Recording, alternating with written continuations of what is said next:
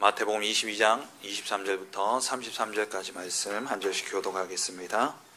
부활이 없다 하는 사두개인들이 그날 예수께 와서 물어 이르되 선생님이여, 모세가 일렀으되 만일 자식이 없이 죽으면 그 동생이 그 아내에게 장가들어 형을 위하여 상속자를 세울지니라 하였나이다. 우리 중에 7형제가 있었는데 마지가 장가들었다가 죽어 상속자가 없으므로 그 아내를 그 동생에게 물려주고 그 둘째가 셋째로 일곱째까지 그렇게 하다가 최후의 그 여자도 죽었나이다. 그런즉 그들이 다 그를 취하였으니 부활 때에 일곱 중에 누구의 아내가 되리이까? 예수께서 대답하여 이르시되 너희가 성경도 하나님의 능력도 알지 못하는 고로 오해하였도다. 부활 때에는 장가도 아니가고 시집도 아니가고 하늘에 있는 천사와 같으리라. 죽은 자의 부활을 논할진대 하나님이 너희에게 말씀하신 바 나는 아브라함의 하나님이요 이삭의 하나님이요 야곱의 하나님이로다 하신 것을 읽어보지 못하였느냐? 하나님은 죽은 자의 하나님이 아니요 살아있는 자의 하나님이시니라 하시니. 함께 봅니다. 무리가 듣고 그의 가르치심에 놀라더라. 아멘. 할렐루야. 이제 우리 옆에 보시면서 축복을 선언하겠습니다. 평안하십시오. 당신은 세계 살릴 선교사입니다. 오직 복음만이 나를 온전케 합니다. 할렐루야. 아멘. 어제 우리 본교회 우리 장로 수련회가 있었습니다. 시무 장로님들과 또 우리 은퇴 원로 장로님들 그리고 또 최근에 이 전도운동 때문에 또 우리 하나교회로 옮겨오신 장로님들 꽤 되시더라고요. 그래서 다 한자리에 모여서 함께 또 말씀 받고 포럼하는 그런 시간을 가졌습니다. 우리 김 장로님, 추 장로님도 같이 참석을 하셔서 인도를 받으셨는데 목사님 흐름을 바꾸는 자라는 제목으로 이렇게 말씀을 주셨어요. 그러니까 우리 첫 번째로 말씀을 주실 때 우리 하나교회의 정체성에 대해서 말씀을 주셨습니다. 장로님들뿐만 아니라 우리 모든 성도님들이 이 정체성을 분명히 알아야 되죠. 정체성이 분명해야 그에 맞는 삶을 살게 됩니다. 가장 멋진 사람이 누구냐? 저는 뭐뭐다운 사람이라고 생각을 합니다. 그러니까 목사라면 목사답고 학생이면 학생답고 우리 하나교회 성도라면 하나교회 성도다워야 돼요. 그럼 하나교회는 어떤 교회냐? 목사님 늘 말씀하시듯이 전도 목회하는 교회입니다. 전도만을 위한 교회죠. 우리 하나교회는 전도만을 위해 달려온 교회입니다. 전도와 선교죠. 그리고 이 교회는 전도만을 위한 교회로 훗날에 기억되어질 교회입니다. 우리 담임 목사님이 이제 원로 목사로 추대되고 그리고 이제 담임 목사님 위임하실 때 주셨던 말씀이에요. 그때 주셨던 말씀의 제목이 훗날에 기억될 교회였습니다. 이 교회는 이제 목회자가 교체되어지면서 지도자가 승계되어지면서 이 교회는 그냥 50년, 100년 가는 교회가 아니라 저 먼 오고 오는 세대에 기억되어질 교회가 될 것이다. 무엇으로요? 전도만을 위한 교회로, 선교하는 교회로 기억되어질 것이다. 이게 우리 하나교회의 정체성입니다. 그리고 또 우리 하나교회의 정체성은 평신도 중직자들이 일어나는 교회예요. 사실 우리 하나교회 그 전 송영교회에는 이미 다락방 전도운동을 하기 이전부터 평신도들이 주가 되어져서 중요한 사역들이 이루어졌던 교회입니다. 우리 원로 목사님이 목회하실 때에 권찰들을 세우셔서 구역을 맡기고 그 권찰들이 구역마다 들어가서 예배를 인도하고 말씀을 전하고 구역원 한 사람 한 사람들을 진짜 목양하며 신방하고 또 기도하고 그러면서 한 사람 한 사람 세우는 그 사역들이 교역자가 한 것이 아니라 사실 평신도들이 일어나서 했어요. 그래서 심지어 당회에서 이야기할 중요한 이야기를 당회에서 이야기하기보다도 목사님 먼저 권찰회 때 그 이야기를 전달할 정도로 그게 평신도가 일어나는 교회입니다. 그게 우리 교회의 정체성입니다. 그렇다면 정말 우리 하나교회의 지궤당으로 있는 우리 테크노폴리스 하나교회, 그 정체성을 이어받아 우리 모든 성도님들이 정말 전도만을 위한 그러한 생을 사시고 전도만을 위해 현장을 살리는 전도만으로 현장을 살리는 그러한 주역들이 되셔서 오고 오는 세대에 정말 기억되어지는 그러한 우리 교회가 되어줄 수 있도록 기도하시며 그 응답을 실제 받는 그러한 증인으로 우리 모든 성도님들 서시길 주의 이름으로 축원합니다. 오늘 주신 본문을 가지고 살아있는 자의 하나님이라는 제목으로 함께 말씀의 은혜를 나누기를 원합니다. 지난주에 우리 그 바리새인들과 헤롯 당원들이 예수님을 찾아왔죠. 그래서 예수님을 올무에 걸리게 하고자 이들이 가져왔던 질문이 바로 세금에 관한 그러한 질문이었습니다. 이 세금을 통해서 예수님께서 그 세금에 내는 동전, 그 동전을 가지고, 드라크마를 가지고 이 동전의 형상이 누구 거냐, 이 동전에 기록되어진 글이 누구 거냐, 그러면서 가이사의 것은 가이사의 것으로, 하나님의 것은 하나님의 것으로 드리라 했죠. 그래서 하나님의 소유가 된 저와 여러분들이 마땅히 드려져야 될 그 자리는 바로 예배의 자리고, 전도만을 위한 교회에 소속된 우리들로서 전도의 자리가, 또 전도 훈련의 자리가 우리가 있어야 될 자리다라고 말씀을 드렸습니다. 그래서 이 사람들이 사실 어떻게 보면 실패했죠. 예수님을 넘어뜨리려는 그 계략이 실패했고, 그래서 바리새인들이 떠나가게 되어집니다. 이 소식을 이제 사두개인들이 듣게 되어진 것이죠. 이 바리새인들과 사두개인들은 상극의 관계였죠. 그래서 이 바리새인이 실패했다라는 이야기를 듣고 사두개인들이 예수님을 찾아옵니다. 물론 예수님을 올무에 걸리게 하려고 하는 그 목적은 똑같았지만 이 사두개인들은 아마 바리새인들이 실패했다는 이야기를 듣고 되게 속으로 이렇게 쾌재를 불렀을 겁니다. 그러면 그렇지, 지들이 우리는 할 수 있다, 이제 이래가지고 예수님을 찾아온 거예요. 그 찾아온 질문의 주제가 무엇이었냐? 부활에 대한 부분이었죠. 이 바리새인들과 사두개인들은 서로 정반대의 사람들로서, 이 바리새인은 그 주가 평민 출신들이었습니다. 평민들 출신으로서 이들이 주로 활동했던 곳은 회당 중심으로 활동을 했죠. 그 회당에서 율법을 가리키고 말씀을 가리키는 그러한 자리에 있던 자들이 바리새인들이었습니다. 그래서 어떻게 보면은 유대인들의 생활에는 더 가까이 와 있는 사람들이죠. 회당은 동네마다, 지역마다, 또 유대인들이 모이는 곳마다 있는 곳이었기 때문에. 그래서 사실상 그 시대의 사람들에게 영향을 준 사람들은 바리새인들이었습니다. 이들은 그래도 성경을 믿는데 구약의 성경 전체를 하나님의 말씀으로 믿고 있었고, 그 성경에 나와 있는 부활이나 또 천사나 이 영적인 존재를 인정하는 그런 사람들이었습니다. 반면에 사두개인들은 귀족 출신들이었어요. 그러니까 제사장 가문의 사람들로서 이들이 주로 활동했던 곳은 성전과 사내들인, 그러니까 그 공회였죠. 그러니까 여기는 일반 유대인들이 함부로 갈 수 없는 곳이지 않습니까? 성전에 뭐 늘 가는 것도 아니고. 그래서 그런 가운데 이들이 이제 그 최고의 법정이었던 사내들인의 공회원으로서 이들이 서 있으면서, 이들은 성경을, 구약을 전체를 인정한 것이 아니라 모세 오경만 성경으로 인정을 합니다. 그래서 모세 오경만 가지고 이들이 이야기하면서 이들은 영적인 세계를 부정합니다.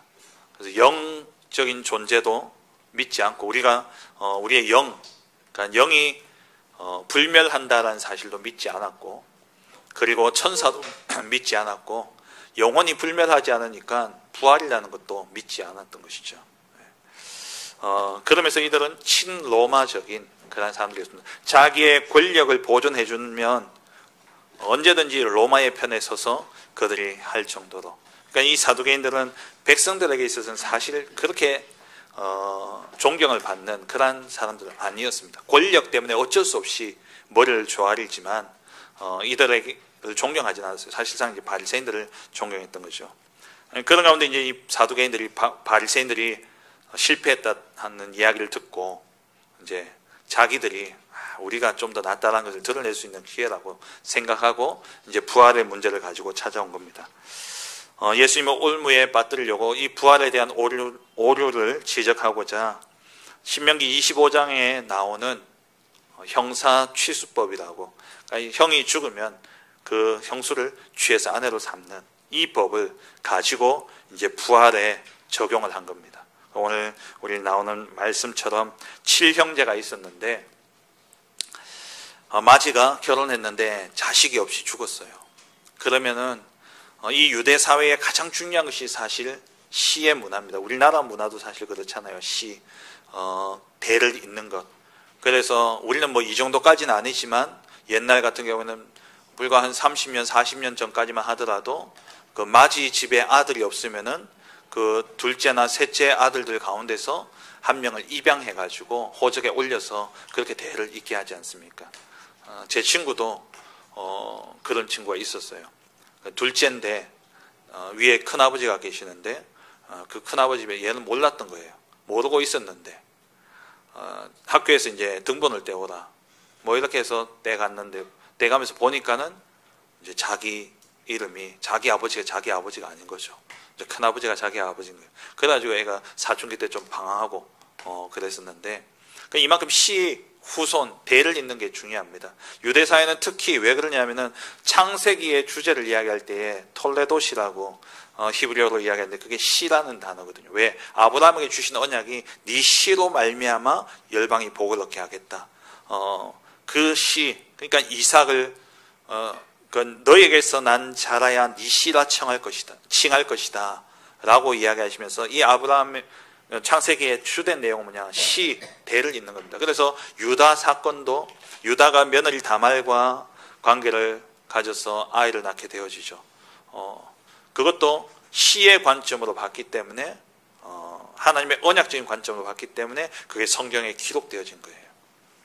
그래서 이 시가 너무 중요하죠. 그래서 하나님이 이들에게 법을 내린 게 그 첫째가 만약에 아들이 없이 죽으면 그 밑에 형제가 그 대를 이어줄 수 있도록 그렇게 한 겁니다.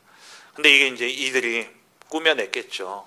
7명이 있었는데 7명이 다 애 없이 죽었다. 그러다가 그 여자도 죽었다. 그럼 부활하면 누구가 아내가 되냐라고 질문을 한 겁니다. 여기에 대해서 예수님께서 대답하시기를 29절에 너희가 성경도 하나님의 능력도 알지 못하는 거로 오해하였도다 라고 말씀하고 있죠. 이들은 성경에 대해서도 무지했습니다. 모세 오경만 하나님의 성경이라고 하나님 주신 성경이다 라고 하면서도 이들이 그 성경마저도 제대로 알고 믿지 않았던 것이죠. 이들이 이야기하기를 모세 오경에 어디 부활에 대해서 이야기하고 있냐. 그래서 부활은 거짓말이다. 그래서 부활은 믿어서는 안 된다라고 이들이 주장했던 겁니다. 뿐만 아니라 영과 천사들까지도 부정을 해요. 성경에 분명히 우리 하나님이 인간을 창조하실 때에 흙으로 사람을 창조하시고 그 코에 생기를 불어넣으셨죠. 우리는 영적인 존재입니다. 그리고 성경에 분명히 아브라함에게도 천사들이 나타났었고 롯에게도 천사들이 나타났었고 하나님이 분명히 구약의 천사들의 활동도 있는데도 불구하고 이들은 그것을 믿지 않았던 것이죠.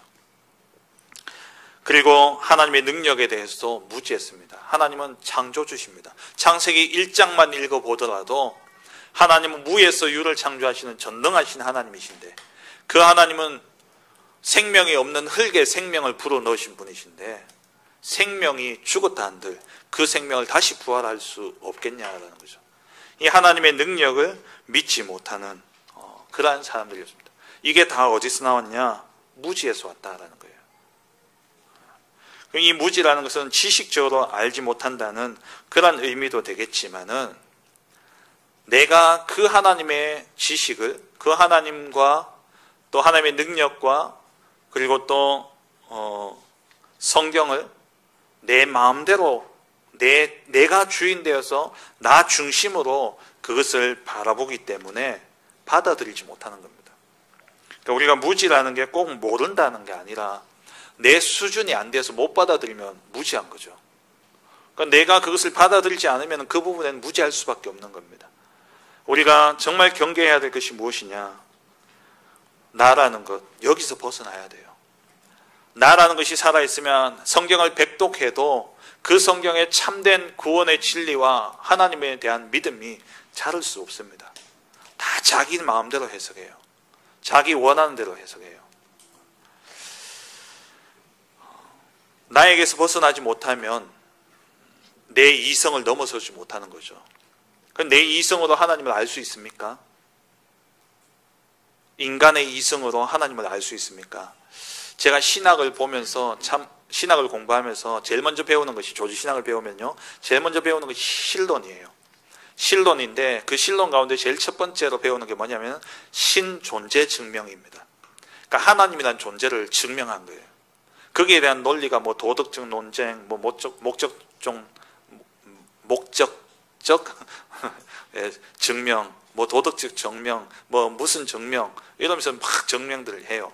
물론 이제 변증론이죠. 불신자들에게 이해시키면서 이런 것 때문에 봐라 논리적으로 이러니까 하나님 계시지 않냐라고 이제 증명을 한 거예요.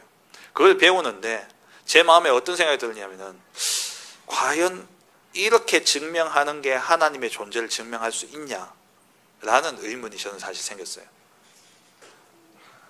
과연 우리의 인간의 이성으로 하나님의 존재를 증명할 수 있겠습니까?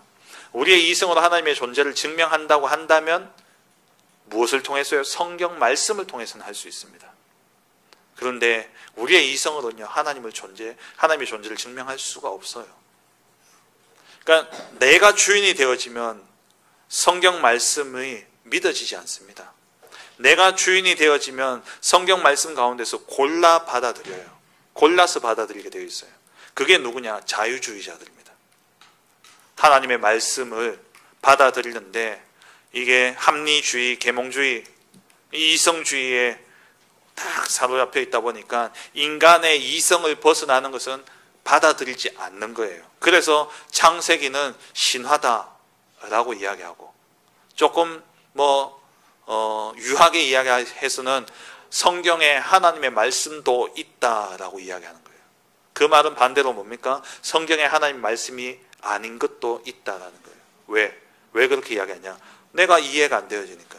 그래서 공간복음을 볼 때에 이 자유주의자들은요, 예수님이 물 위를 걸었다, 이것이 도대체 이해가 안 되어지니까 어떻게 이야기하냐? 수평선에 예수님이 딱 서 계시는데 저 멀리서 보니까 바다 쪽에서 수평선 딱 보니까 예수님이 물 위에 딱 서 있는 것처럼 그래 보여진 거다. 그래서 예수님이 물 위에 걸어가신 것처럼 본 거다라고 이야기한 거예요. 얼마나 믿음이 없으면 오병이어 사건도 마찬가지죠. 애가 도시락 내놓으니까 어른들이 가만히 있었겠냐. 그래서 어른들이 다 도시락 내놨다. 근데 5,000명이 먹고 12광줄이 남았는데 아침, 저녁, 점심, 내일 것까지 도시락 싸온 분이 계셨는지 모르겠지만은 그런 식으로 이제 설명을 하는 겁니다. 다 뭐냐? 나예요, 나. 이게 자유주의 신학자들만 우리가 욕할 게 아니라 내 생활 속에서, 내 삶 속에서도 그런 모습들이 비일비재하다라는 겁니다. 딱 자기 수준에 갇혀서. 자기 기분 좋을 때는 괜찮아요. 자기 참 이렇게 좀 상황이 괜찮고, 그리고 또 자기가 좀 이제 은혜 받고 좀 힘이 있고 이러면요, 하나님 말씀, 하나님 은혜.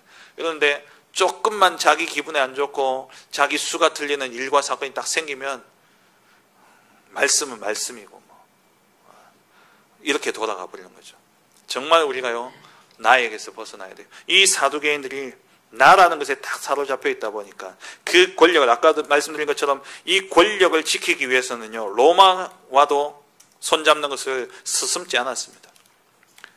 완전 자기 중심에 자기의 자리, 권력, 이것을 지키기 위해서 나 중심, 육신 중심, 성공 중심, 창세기 3장, 6장, 11장에 여기에 완전히 빠져 있다 보니까 하나님의 말씀을 하나님의 말씀으로 받아들이지도 못하고 하나님의 능력도 믿지 못하는 이러한 상황이 되어진 것이죠.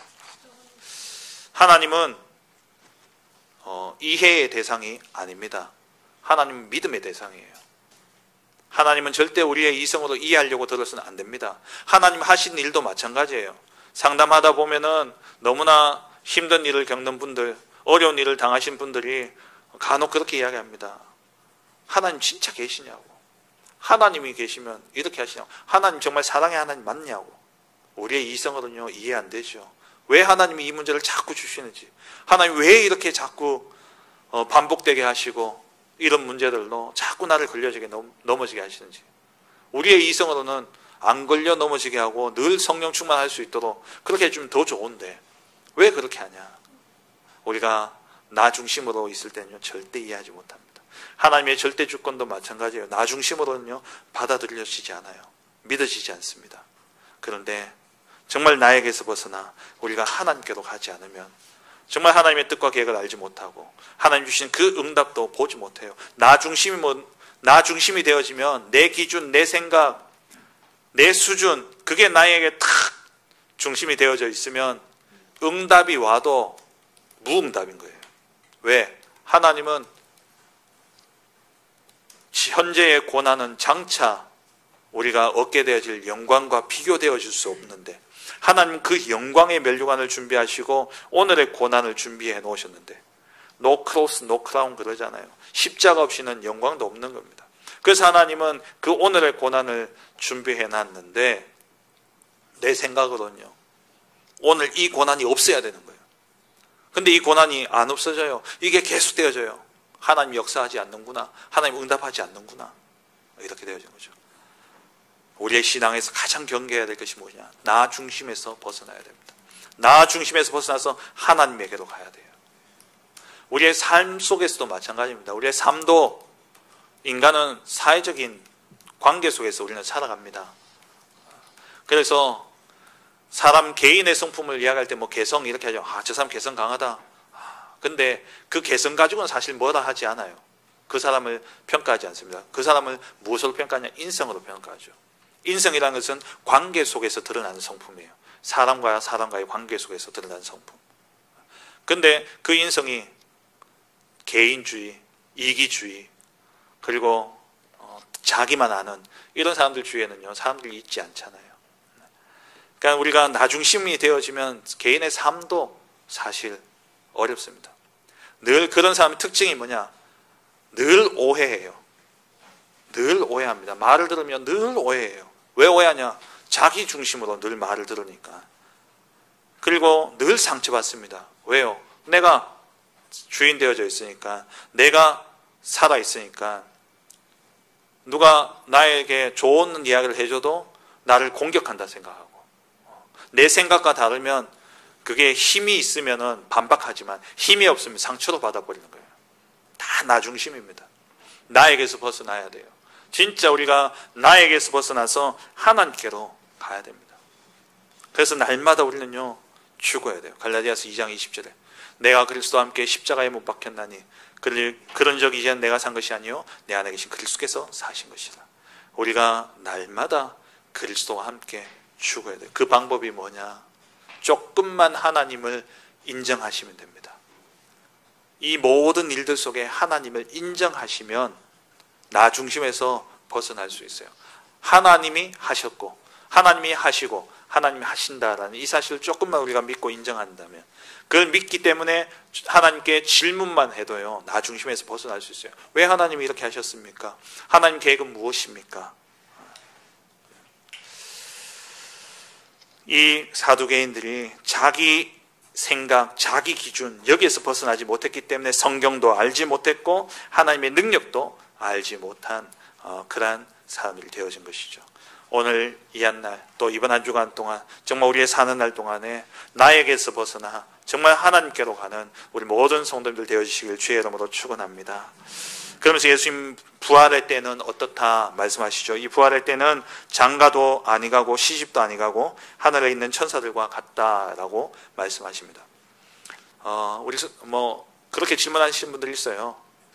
우리도 보통 이제 그냥 이야기할 때 보통 그렇게 이야기하죠. 뭐 천국 가서 봅시다. 먼저 사별할 때에 그렇게 이야기합니다. 물론 우리가 만났는데 그 천국에서의 부부 예언은 없습니다. 부부 예언은 없고 한 형제 자매고.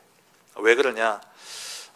결혼이라는 제도는요, 하나님이 하나님 나라의 모형으로 우리에게 주신 제도예요. 하나님과 우리의 관계를 우리의 삶 속에서 그 모델로 주신 게 결혼입니다. 우리의 신랑은 누굽니까? 하나님이고 그리스도예요. 우리는요, 신부죠. 그래서 우리가 하나님 나라에 들어가게 되면은 부활하고 또 하나님 나라에서 우리가 살게 될 때는요, 신랑은 예수 그리스도, 신부는 우리, 그 관계예요. 그래서 천사는 성별이 없습니다. 그래서 오늘 천사와 같다 이 말은 성별이 없어요. 천국에 가면. 그래서 우리가 하나님 나라에 가서는 그리스도와 결혼할 것이기 때문에 이 땅에서 결혼 제도가 그 땅에서 계속되어지는 것은 아니다라는 거예요. 그러니까 이것도 너희가 알지 못하느냐? 이런 성경도 너희가 알지 못하느냐라고 예수님이 사두개인들에게 말씀하고 있는 것이죠. 그러면서 중요한 말씀을 하십니다. 31절 32절에 죽은 자의 부활을 논할진대 하나님이 너에게 말씀하신 바 나는 아브라함의 하나님이요 이삭의 하나님이요 야곱의 하나님이로라 하신 것을 읽어보지 못하였느냐. 하나님은 죽은 자의 하나님이 아니요 살아있는 자의 하나님이시니라. 예수님이 이들은 모세오경만 성경으로 인정하기 때문에 모세오경에서 부활의 증거를 부활의 증명을 예수님 찾아서 하신 말씀이 바로 아브라함의 하나님, 이삭의 하나님, 야곱의 하나님, 출애굽기 3장 6절에 나오는 말씀이고요. 또 2장 출애굽기 2장 23절에서 25절에도 이러한 내용이 나옵니다. 그러니까 이 말은 출애굽기 2장 한번 찾아보시겠습니다. 출애굽기 2장 23절부터 25절 구약성경 창세기 다음에 있죠. 출애굽기 2장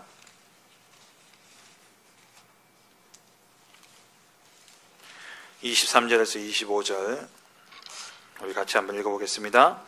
여러 해 후에 애굽 왕은 죽었고 이스라엘 자손은 고된 노동으로 말미암아 탄식하며 부르짖으니 그 고된 노동으로 말미암아 부르짖는 소리가 하나님께 상달된지라. 하나님이 그들의 고통 소리를 들으시고 하나님이 아브라함과 이삭과 야곱에게 세운 그의 언약을 기억하사 하나님이 이스라엘 자손을 돌보셨고 하나님이 그들을 기억하셨더라. 아브라함과 이삭과 야곱의 하나님. 그러니까 이 출애굽이 아니라 이스라엘 백성들이 애굽에서 400년 동안 노예가 되어져 있었죠. 그 노예된 가운데 너무 고통스럽고 힘드니까 하나님께 부르짖으며 살려달라고 기도한 거예요. 근데 하나님이 그 기도 때문에 이들을 구원한 게 아니다라는 겁니다. 이들을 구원한 것은 그들의 부르짖음 때문에 뭐가 생각났냐? 아브라함과 이삭과 야곱과 했던 언약이 기억난 거예요. 하나님이 아브라함에게 주셨던 약속, 네가 밟는 모든 땅을 내가 네게 주겠다. 그 땅은 어디 땅입니까? 가나안 땅. 내가 너로 이 백성들을 하늘의 별과 바다의 모래와 같이 하겠다 말씀하셨고, 창세기 15장에 보면 하나님이 아브라함에게 분명히 말씀하셨죠. 네 후손들이 이방에서 객이 되어 살다가 4대 만에 돌아올 것이다 라고 분명히 말씀을 하셨어요. 그러니까 이 가나안 땅에 반드시 이 백성들이 돌아와야 되는 겁니다. 그 약속을 물론 하나님이 잊으셨겠습니까? 그러니까 인간의 편에서 400년 동안 하나님이 응답하지 않고 역사하시지 않으니까 인간의 편에서의 생각에 하나님이 잊으셨다라고 모세가 표현한 것이지 과연 하나님이 잊으셨겠냐? 근데 이제 하나님이 역사하지 않으신 그 시간이 400년이나 지났는데 그때 이 백성들이 울부짖고 부르짖는 그 소리를 통해 하나님의 시간표가 이제 된 거죠. 그래서 하나님이 이들을 출애굽해서 가나안 땅으로 인도하신 겁니다. 그러면 언약이라는 것은 죽으면 어떻게 됩니까? 언약의 당사자가 죽으면 그 언약은 무효가 되어집니다. 그래서 아니면 다른 그 자녀나 상속자나 그런 사람들과 이어서 언약을 다시 맺어야 되죠. 근데 오늘 본문에 하나님께서 이스라엘의 하나님, 지금 살아있는 너희의 하나님이라고 이야기한 것이 아니라 아브라함과 이삭과 야곱의 하나님이라고 이야기했죠. 이 말은 아브라함과 이삭과 야곱이 살아있다라는 겁니다. 살아있잖아요. 육신은 죽었지만 영은 살아있지 않습니까? 그 하나님이 맺으신 언약은 저 하나님 나라가 이루어지기까지 그 언약은 유효하다라는 거예요. 그래서 하나님은 죽은 자의 하나님이 아니라 살아있는 자의 하나님이다. 이 말은 부활을 의미하는 그 의미와 함께 중요한 의미가 뭐냐니까 언약의 하나님이라는 겁니다. 하나님과 언약 맺은 자, 그 맺은 자는 영원히 살아있는 자고, 그 살아있는 자의 하나님이라는 말은 그 언약을 하나님께서는 반드시 이루신다라는 말이에요. 그래서 그렇다면 우리는요, 이 땅에서 날마다 하나님의 언약을 찾아내야 돼요. 하나님은 분명히 살아계셔서 우리의 언약을 하나님 기억하시고 하나님의 시간표에 이루십니다. 그 시간표가 내가 죽은 이후일 수도 있어요. 하지만 그 언약은 반드시 성취되어지고, 그 언약 때문에 하나님은 그 언약에 들어가 있는 사람들을 보호하시고 지키시게 됩니다. 하나님은 죽은 자의 하나님이 아니라 살아있는 자의 하나님이에요. 그렇다면 우리의 자녀들을 바라볼 때에 그 자녀들을 향한 하나님의 언약을 좀 찾아내셔야 됩니다. 그러면 솔로몬이 잘못했을 때에도 하나님이 솔로몬에게 이야기하기를 네 아버지 다윗을 위하여 내가 너를 벌하지 않고 네 자녀 때에 벌하겠다 이야기하셨죠. 그런데 만약에 솔로몬이 언약을 회복했다면 솔로몬 때문에 여로보암은 또 보호받았을 수도 있습니다. 하나님은 살아있는 자의 하나님이시기 때문에, 하나님은 언제나 살아계셔서 그 살아있는 자와 맺은 그 언약을 기억하시고 그 언약을 성취해 가시는 분이시기 때문에 우리는 하나님과의 관계가 항상 무엇이어야 되느냐? 언약적인 관계가 되어져야 돼요. 그래서 오늘부터요, 여러분 모든 것 속에 하나님의 언약을 찾으시기 바랍니다.